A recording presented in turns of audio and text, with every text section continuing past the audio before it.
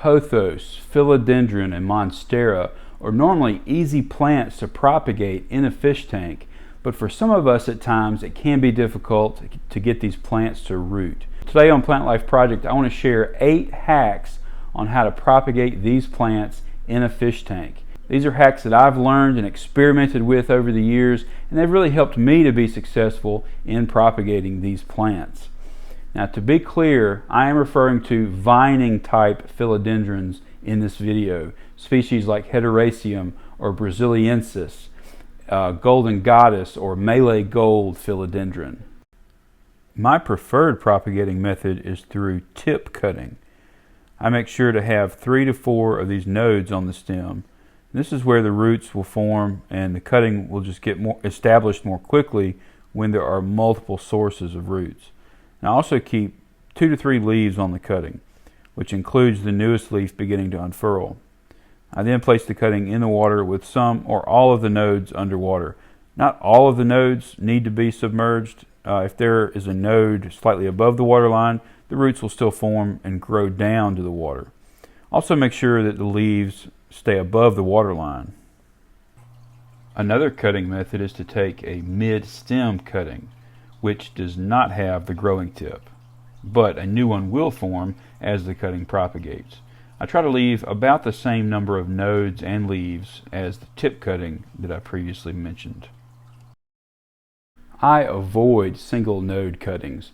On many of the houseplant channels on YouTube, it's a popular propagation method to take single node cuttings where you simply cut a single node and leaf from the stem. But this method just has not worked well for me in a fish tank. It has worked for me in soil, but not in water for whatever reason. Others may have success this way, and I encourage you to experiment with it if you want, but it just has not worked well dependably for me. However, for Monstera deliciosa, because of its size, this is a more practical method for many people. But I've always just taken these as potted plants and adapted them to grow in the water. Another form of propagating called layering works well.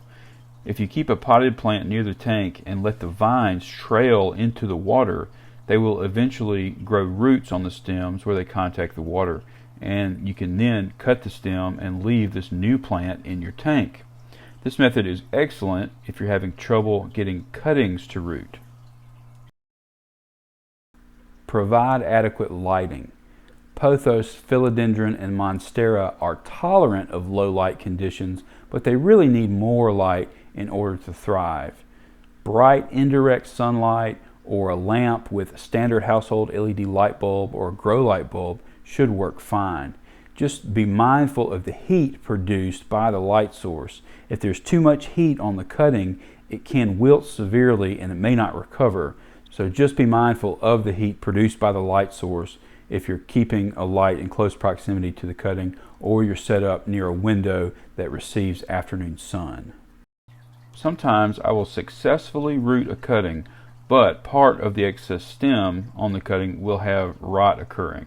Now when this happens, I simply cut off the rotting part of the stem and then place the stem above the water line, but allow the roots to remain submerged. This will allow the rotting part of the stem to dry out and callus over with time. Then it can be placed lower into the water again if needed. Number 7, propagate in a separate container. There have been times when, after multiple attempts, I just could not get cuttings to root in my tank.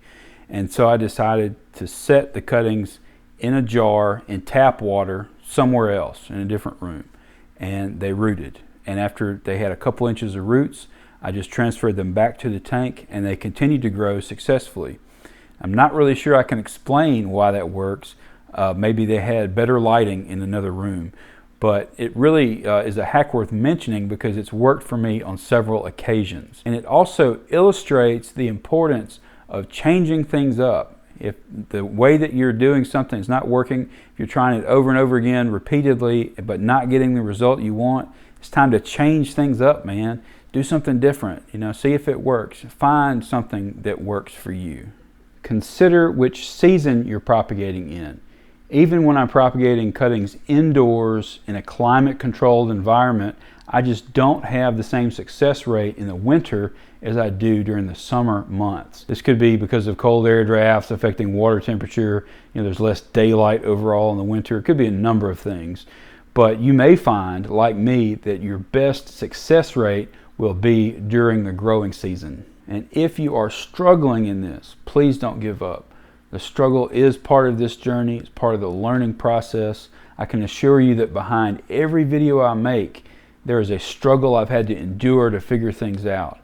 But I started this channel because I want to help you if I can. I want you to succeed in this. And I want you to experience this new dimension of planted tanks and fish keeping with me. And at times it can be a struggle, but there is a joy and a sense of wonder that it brings. Keep these hacks in mind when you're propagating Pothos, Philodendron, and Monstera in your fish tank.